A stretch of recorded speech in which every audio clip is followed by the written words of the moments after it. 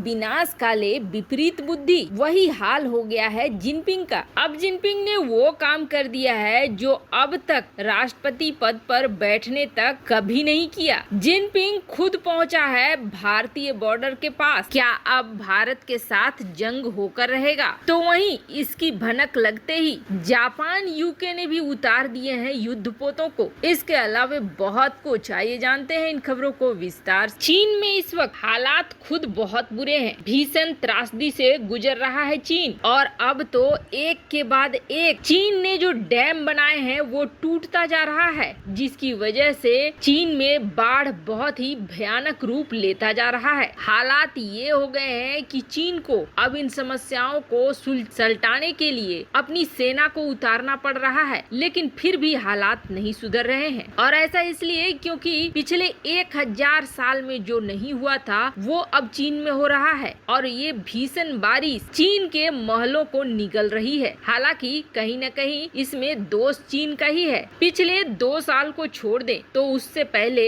चीन में सूखे की स्थिति थी, और इस सूखे की स्थिति में नदियों के तट जब खाली होने लगे और नदियां नाले में बदलने लगी तो चीन ने बहुत लालच दिखाया, और इस लालच में आकर चीन ने अपने रियल एस्टेट को बढ़ाना शुरू कर दिया। रियल एस्टेट वालों ने नदियों के इन तटों पर कब्जा जमाना शुरू कर दिया, और वहाँ बड़ी बड़ी बिल्डिंगे, बड़े बड़े इंफ्रास्ट्रक्चर तैयार करने शुरू कर दिए। और अब जब ग्लोबल वार्मिंग हो रही है तो उसका असर चीन पर भी दिख रहा है, जिसकी वजह से जब यहाँ भारी बारिश होने लगी तो ये शहर अब डूबने लगे। इनका जल प्रबंधन बुरी तरीके से नाकामयाब रहा। अब इस तरफ उसकी पूरी जनता फंसी हुई है और जूझ रही है इन हालातों से। चीन से आंकड़े कभी भी सही निकल कर नहीं आते हैं। वो मरने वालों की संख्या या विस्थापित होने वालों की संख्या हमेशा कम बताएगा। अब तस्वीरों में आप इन हालातों को देखिए। इन हालातों को देखकर क्या ऐसा लग रहा है कि मरने वालों की संख्या या विस्थापित होने वालों की संख्या कम हो सकती है? बिल्कुल भी नहीं। लेकिन आंकड़े आपको हमेशा कम ही मिलेंगे, पर वहाँ की जनता तो इस बात को जानती है। तो जनता के बीच जिनपिंग के लिए एक निगेटिव छवि सिर्फ इसमें ही नहीं बल्कि महामारी को लेकर भी आ रही है। वैसे तो चीन ने अपनी सीमाओं को सील कर दिया है, लेकिन इसका असर खुद चीन के व्यापार पर भी पड़ रहा है। ये जो आप पोर्ट देख रहे हैं, इस पोर्ट में इतने सारे लॉग पड़े हैं, ये बैकलॉग हैं। ये कंटेनर्स कहीं शिप होने थे, कहीं जाने थे, पर ये सारी शिपमेंट यहाँ रुकी हुई है। कहा तो ये जा रहा है कि अगले 6 महीने तक ये पोर्ट खाली नहीं होने वाले हैं। 6 महीने बाद जैसे जैसे शुरू होगा उसमें और भी वक्त लगेगा। अब तक तो ये सारे इलाके चीन ने बंद करके रखे हुए हैं इस डर से कि महामारी और तेजी से न फैले। ऊपर से बाढ़ का ये पानी जगह जगह भीषण घटनाएं करवा रहा है, जैसे कि मेट्रो में पानी भर गया और मेट्रो में लोग हताहत हुए। वैसे ही कोयले के खदानों में ये पानी भर गया और वहाँ कितने मजदूर मारे गए। तो अल्युमिनियम की फैक्ट्री में विस्फोट हो गया। इस तरह की कई घटनाएं अब चीन में हो रही हैं। तो जिनपिंग अपनी जनता का ध्यान भटकाना चाहता है, और जनता का ध्यान भटकाने का सबसे सही तरीका उसे यही नजर आ रहा है जो माओ त्से तुंग ने अपनाया था। दरअसल माओ त्से तुंग ने भी अपने देश में जब भूखमरी के हालात हो गए थे, कुछ इसी तरह के हालात हो गए थे, तब माओ त्से तुंग ने कर दिया था भारत पर हमला।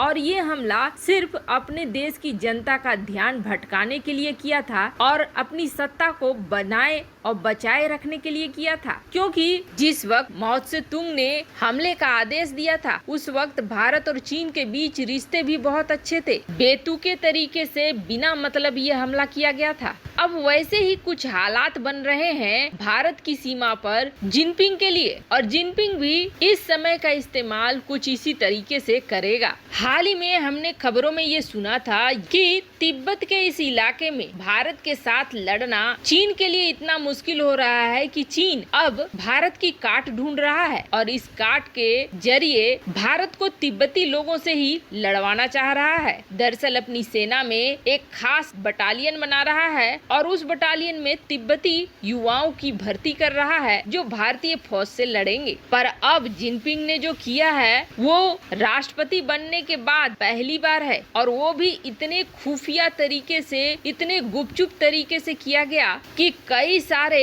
देशों को तो पता भी नहीं है। यहाँ तक कि जिनपिंग के इस काम को इतना सीक्रेट, इतना खुफिया रखा गया कि चीनी मीडिया भी इसके बारे में कुछ नहीं बोल रही है। लेकिन कुछ ऐसी मीडिया है जिन्होंने वीडियो और फोटोग्राफ्स के जरिए ये दावा किया है कि जिनपिंग बहुत ही खुफिया तरीके से तिब्बत पहुंचा। ये आर्टिकल आप देख सकते हैं स्क्रीन पर। तिब्बत की राजधानी लहासा गया और लहासा में किससे उसने क्या मीटिंग की ये किसी को पता नहीं चला। लेकिन 2013 में जब जिनपिंग राष्ट्रपति बना है तब से उसने पहली बार ऐसा कुछ किया है, जिसे देखकर ये अंदाजा लगाया जा रहा है कि हो सकता है अब चीन इस फ्रंट पर भारत के साथ लड़ने के लिए तैयारी कर रहा है। जिनपिंग का यहाँ जाना बिल्कुल ही आश्चर्यचकित कर देने वाला है। ऐसा नॉर्मली अब तक हुआ नहीं था। और आपको बता दें, जिनपिंग के आने से पहले बहुत सारी चीजों को बंद कर दिया गया था। जो तिब्बत के धार्मिक गुरु हैं दलाई लामा, उनका जो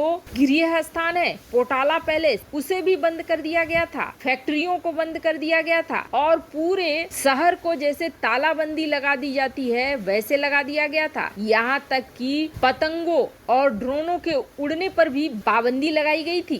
22 जुलाई को यानी कल जिनपिंग वहाँ पहुँचा था। और अब जिनपिंग को कहीं ऐसा भी डर लग रहा है कि तिब्बत की स्थिति बहुत नाजुक है और तिब्बत उसके हाथ से निकल जाएगा। ऐसा कहना है तेंजिन लेक्से का, जो कि प्रवक्ता है सेंट्रल तिब्बत के एडमिनिस्ट्रेशन का, जो इस वक्त भारत में रह रहे हैं। वैसे इन सब हालातों को देखते हुए अमेरिका और ब्रिटेन ने भी बड़ा फैसला लिया है। अगर चीन भारत पर इधर से हमला करता है तो चीन के ऊपर इधर से हमला होने वाला है। भारत अपनी तरफ से जवाब तो देगा ही, दूसरा फ्रंट भी खुल जाएगा और उसकी तैयारी भी हो चुकी है, क्योंकि अब ब्रिटेन ने बड़ा फैसला लिया है और अपने 2 एयरक्राफ्ट कैरियर खास तौर पर एशियाई समुद्र में तैनात करने का फैसला ले लिया है। एक जो तैनात रहेगा इंडो पैसिफिक इलाके में भारत के पास, तो वहीं दूसरा तैनात रहेगा जापान के पास, और ये परमानेंट तैनाती है। आपको बता दें